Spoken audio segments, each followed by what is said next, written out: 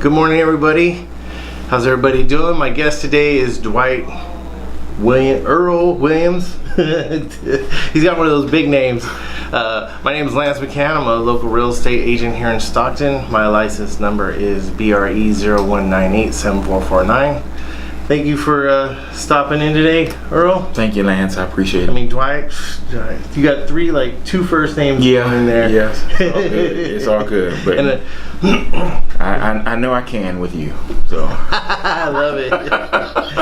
Well, thank you for stopping in. A little history between you and I. We met probably 4 years ago at Starbucks. That's correct. And we built a relationship over the years, and Dwight does a lot in the community, and so since this show is kind of about the community, he's coming on to share with what he does in the community, and he does a lot, ladies and gentlemen. So, well, Lance, I appreciate the opportunity to be on the broadcast here with you. This is a great honor, and you're a great friend, and so I just appreciate the opportunity. Thank you. So you are with New Genesis. Yes. So I know New Genesis encompasses a lot of things for the community. So I think it's like 3 or 4. So let's start with one. Number one, what is the main focus that New Genesis does? The main and primary focus of New Genesis is we are a housing advocacy group. Okay. We've been in existence as a housing advocacy organization since June of 2009. So you hit right when the recession or when the housing bubble popped. Yes, a very prominent businessman and mentor to me shared with me when I wanted to start New Genesis and get involved in the whole housing and real estate profession. He shared with me that the best time to get started in something is when everybody else is getting out of it. Absolutely. So sounds like Warren Buffett. Yeah. So you know Warren? I don't know Warren. It wasn't Warren. He lives here in town. So I took his advice, and he was a great mentor to me, and he helped us to get New Genesis started. Oh wow! And he was gracious. Their family paid for our legal fees to get us started. And that could be pretty cost prohibitive for a nonprofit. Yeah, it can be kind of, our 501c3 applications, all that they paid for. So got us started with our first project, and the rest is history. Nice. So how many families have you helped house over since 2009? We have helped literally dozens of families through housing directly as well as indirect services, from housing prevention, loss of losing their home, as well as financial literacy programs. We've done a tremendous lot to deal with, because a lot of people have gotten these homes and they haven't been able to keep them because they bought too much house for their budget. So we've been able to do programs to help them with education type programs. We've also helped them with pointing them to people that can deal with the whole idea about even mitigating loss and renegotiating the terms of their deals and so loan modifications for some of these people. Yes. Boiling it down to make it easy. What else does New Genesis encompass? I mean, it's like you do so much for the community, so I just want to give you the platform to share with everybody what you do. Well, I appreciate that. New Genesis, again, as I said before, we started as a housing development agency back in 2009, but we also are a church, which is a separate entity of itself. There's New Genesis Outreach Ministries, which has been in operation since the end of 2015. And we just meet right off at 220 West Harding Way, just literally down the street from here. We rent the Miracle Mile Conference Center, and we're there every Sunday morning, 11 o'clock for services. That is a completely separate entity, but it's all married in the same family of companies. We also are starting in the first of the year a property management firm. We deal with a couple of wealthy investors and other real estate brokers that are helping us launch New Genesis Property Management. That makes sense. And so we're busy with that. We got a couple of other ventures that we work with and deal with. So it keeps us busy, to say the least. Boredom has never been an issue for us. So that keeps us busy, and that's not even counting what opportunities allow us to do with some of our own individual personal involvements in boards and commissions throughout the city and the county of San Joaquin. So when you say outreach, what do you do for the community as far as outreach? Within the New Genesis platforms? Well, within the New Genesis platforms, New Genesis Housing Development specifically has a program under its umbrella called the Community Engagement Initiative. It's a project within New Genesis Housing Development that deals specifically with direct community engagement. What that means is, we basically, boiling it down, is we work with a lot of banks, we work with other organizations. One of the groups that we're most excited about currently that we're working with is Energy Upgrade California, which is an initiative by the California Public Utilities Commission. I hear that a lot from people, like, my energy bill is so expensive. Yes, we work with ways on how to improve cost savings. So we have a great relationship with them.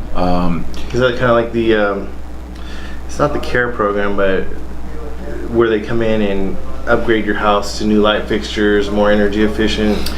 It's all in the same basic myriad. Weatherize your home. Yeah, it's basically more of an energy awareness. Okay. They have, if you go to energyupgradecalifornia.org, you can find out everything that they particularly do.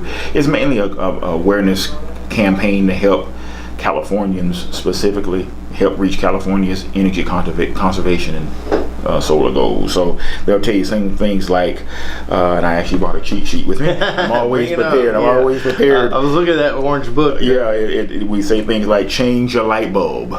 Bulbs. Montreal Lees is happy. Hey, Montreal, what's going on there? One of my good members in the church. How you doing there? Change your light. Tell them bulbs. stories about you. I know. Yeah, that's right.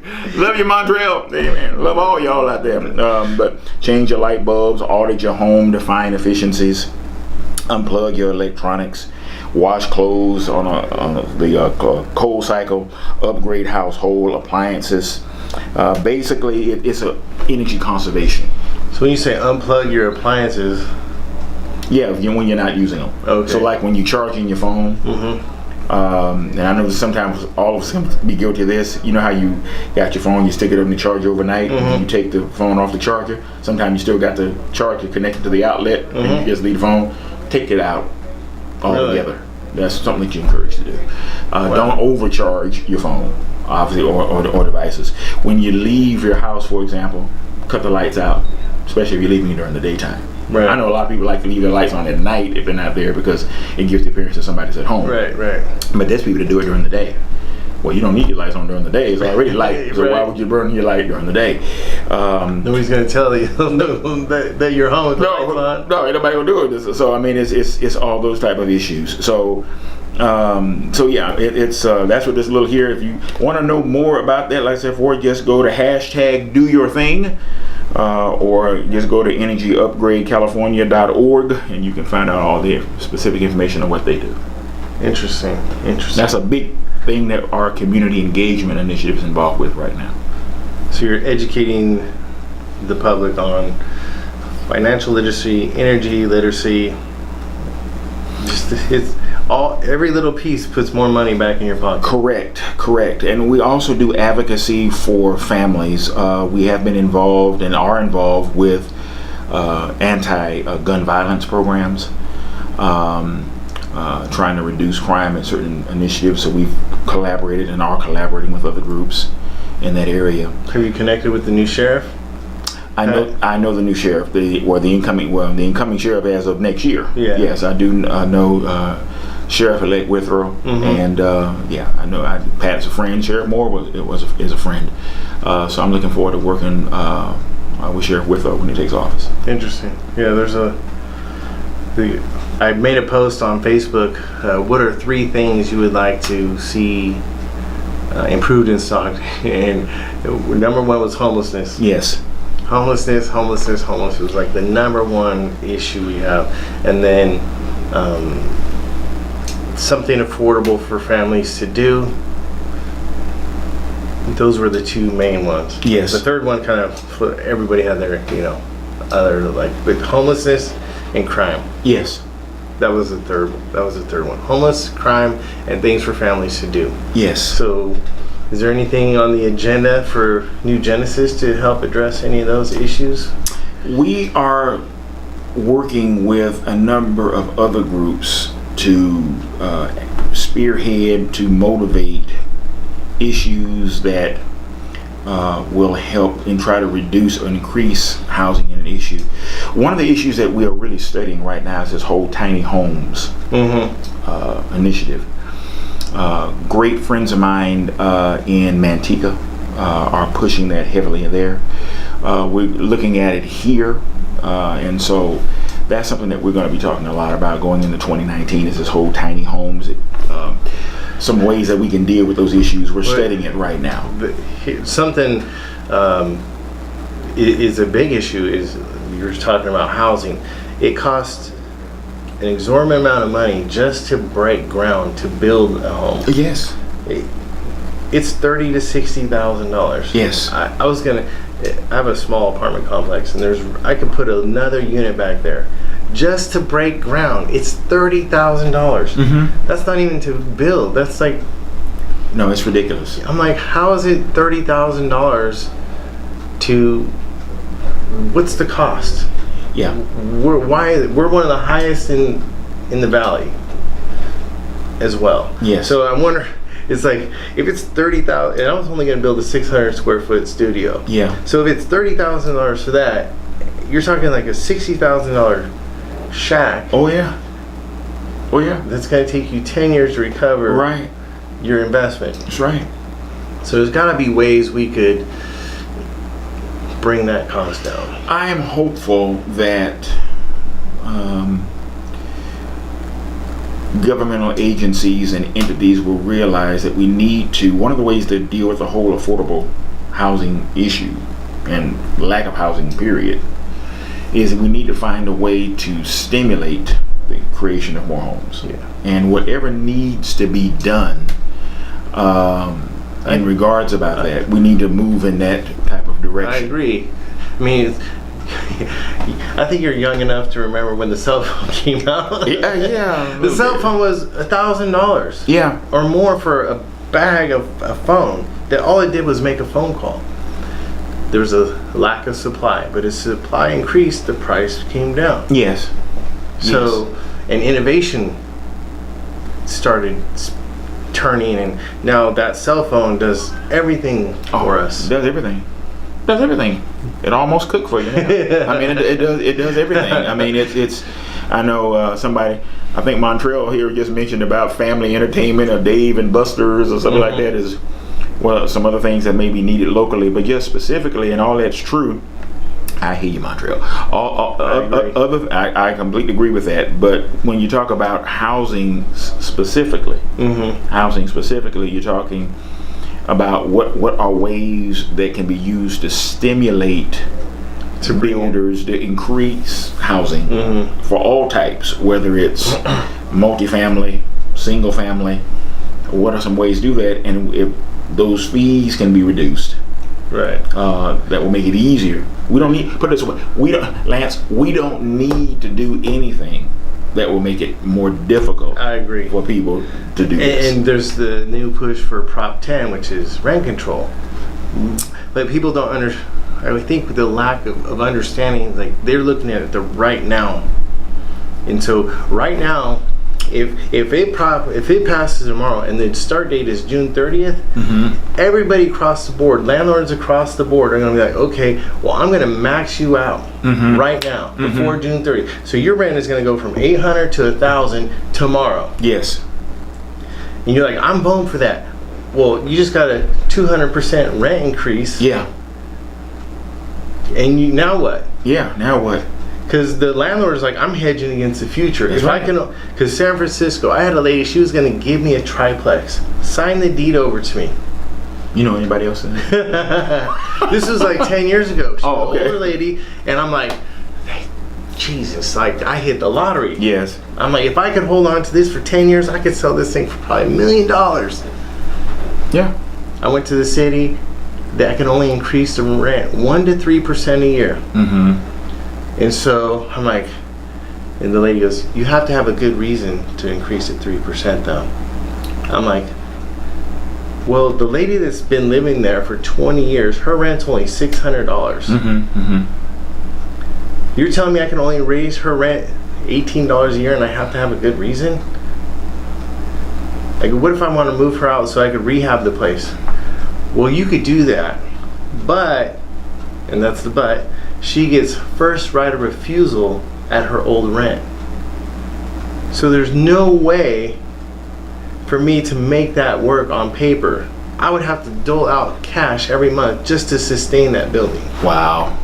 Yeah. So what I found out is the builders in San Francisco build high-end condominiums. Yes. So they don't have to deal with the low income, the rent control. Yes. So you just cut off people like, we're in this to make money. Yeah. You want to do good, but we're in this to make money. Yeah. So the whole low income housing thing just went away. Yeah. Like, so they cut that arm off. Yeah. And investors started investing in other ways to make money. Yeah. And so I understand the emotion tied behind Prop 10. Oh, I get it, but it's like the way the focus should be on government lowering the cost for building permits, so people will build more, to spur the investment, the entrepreneur, to invest into building more homes. Now you know now, Lance, you're preaching to the preacher. Okay, because I absolutely well, I'm agree sharing with people what he's saying. You know, some people, in my post it was rent control, and it's like, man, it's like that's a short-term solution to a long-term problem. Yes, if you look back at New York in the Bronx, all those rent control places, those fires, yeah, on those rundown buildings, they just let them go. There's no way they could keep up the building. So exactly, it's Stockton. No, I completely agree. Valley would turn into the same thing. We studied Prop 10, and I think there is a lot of good intention. There is always it. Good intention behind every bad idea. Yes, yeah, but it will. My opinion is, and I can agree completely with you, that it would only exacerbate the problems. Yeah, there is a problem. I know friends of mine that had to move because of the prices, and incomes are not rising as fast as they're raising the rents. Right. So I get that. I have firsthand experience with that, but there has to be another way to deal with it. I agree. From a public policy perspective, and it should be a way that could be done to incentivize people to do this instead of making it harder for them to do it. What they did to you and what they are doing currently is they're making it harder for people to do. So, but anyway, I'm off my soapbox. Hey, but that's what we're here for, to share ideas and build everybody up. Bring the community together. I always say that Lodi is very communal. Yes. In Stockton, you're on your own. Yeah. It's a free-for-all here. Yeah. Trying to get the community to spend in the community is difficult. Yes. People go to Sacramento, Modesto to spend their money. Yes. So that was part of the reason why I developed the show, is to highlight local small businesses, to say, hey, here's a cupcake shop, or here's a baker, here's a local insurance company. One of my guests was a guy who does water cleanup. Joe Mark. He was I'm busier than heck, but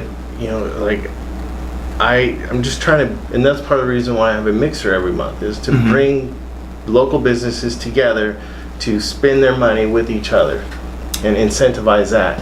Thank you for doing that. Thank you for doing it. I'm coming to the next one. You better. I've already reserved online. Good. I'll be there. What's up, Joe? I went to high school with Joe. What do you think? He's asking, do you think I should go houses on Swenson Golf Course? Heck no. No.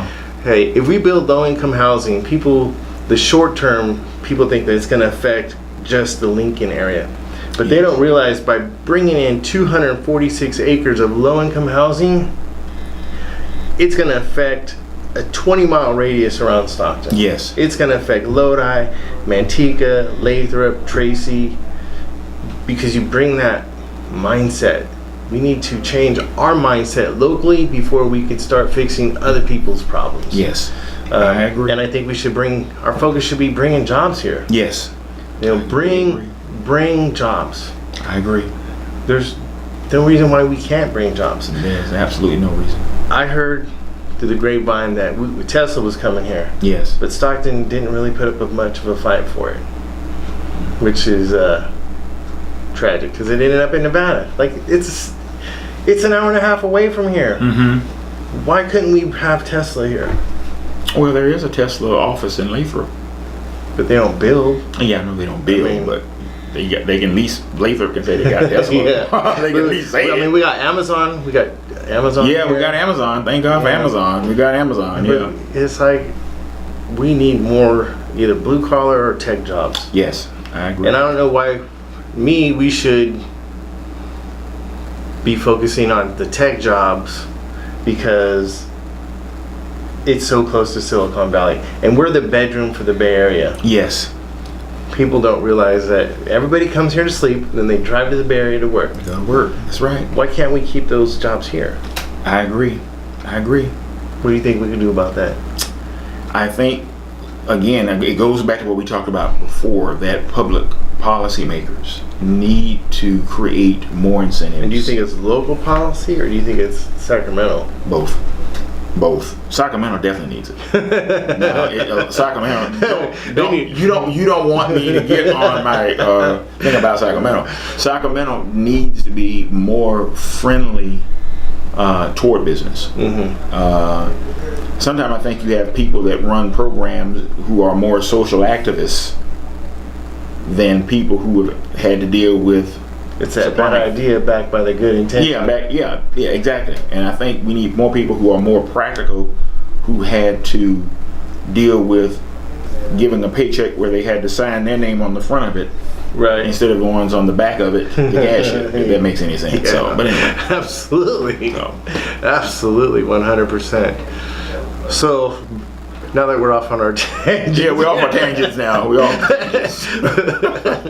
Well, what else does New Genesis? What is another pillar of New Genesis? We have financial literacy and housing, a church where you do outreach through the church. I think there's a couple more that I'm missing in there. We do have an LLC that's a property holding group, called New Genesis Properties Group. That's mainly dealing with just holding of properties, and so it's the least active of the New Genesis legs, if you will. We primarily focus on our really big push is community engagement, and that's really the drive of trying to empower people. At the end of the day, you can get in. We can help get you into a house, but if you empower yourself. Yeah, but if you lose the house after we got you in it, we feel like we failed in some kind of way. Right. Our main goal is to empower the individual and families, to inform, educate, and make aware, to deal with the whole man, spiritually first, physically, emotionally. We deal with a holistic approach. I see. That makes sense. And that's what we got to focus on. So we deal with one side on the spiritual side, which is the church. We deal with the practical side of advocacy. I had a member of my church who was on the verge of losing their home back in 2008, 2009. That's what spurred me to get involved in this field. And with tears in their eyes, they were on the verge of losing their home. And I had to tell her more than I'll pray for you. And the bank definitely didn't want to hear nothing about we're going to talk and pray about it. They wanted to know how they were going to get their money. And like I was a real estate appraiser and the whole industry evaporated. And so I was working with a gentleman who we were trying to do short sales. And the banks were so oblivious to what was going on in Stockton. They're like, oh, the market's going to come back. No, we don't want to do a short sale. And so we were able to get one done, and it took 2 years after that before they got on board and started doing the short sales. Wow. It was 2 years before they were foreclosing. They would much rather foreclose. Yes. That was the old. They didn't see the mudslide coming. Yes. And Stockton was. I would see lists and lists of countrywide mortgages that were in default, that were in a package of Stockton only, that if you had millions of dollars, you could buy these homes for pennies on the dollar. I was like, how great would it be to be in a position to buy that package and restructure that loan for that person to keep them in their home? Because at that point, you're the bank. You could do, you know, I'm sure there's guidelines, but you could restructure that. Oh yeah. To make it fit. Oh yeah. You know, I'm just like, man, Stockton was just devastated. Yeah, it was. A lot of people got hurt.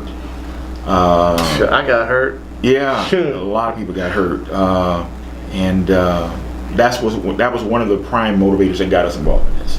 And I've always personally had a passion for public service and involvement.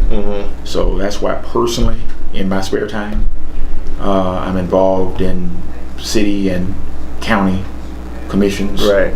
And because it's don't complain about something unless you're willing to do it. Unless you want to be the change to try to make it better. Right. And so you know, you can see people on Facebook, they complain all the time, but hey, you're more than welcome to come down and volunteer. Yeah. Exactly. I'm too busy. Yeah. You ain't too busy to complain though. Yeah, you ain't too busy to complain. That's right. So, but anyway. Oh man, I know you got things to do. So, how do people get a hold of New Genesis? How can they find you? You can find us on Facebook. You can go to Facebook and you can search us up under New Genesis Housing Development. You can like our page there. You can like our page also at New Genesis Outreach Ministries. You can like our page there. You can call us anytime at 209-298-1357. You can look us up on Twitter. You can look us up on YouTube. You can look us up. We got our own YouTube channel at Reverend Dwight Williams. We're on Periscope or on Twitter. You can look us up under DW Enterprises. Wow. So we're easy to find. We just recently launched an Instagram page as well. You can look us up there under New Genesis Ministries. All right. Well, thank you everybody for tuning in. Next week I'm going to have a local author online. So to tune in next week, and remember, yes you can with Lance McHan. Yes you can, y'all. I know it's the truth. Yes you can with him. Have a good day, everybody.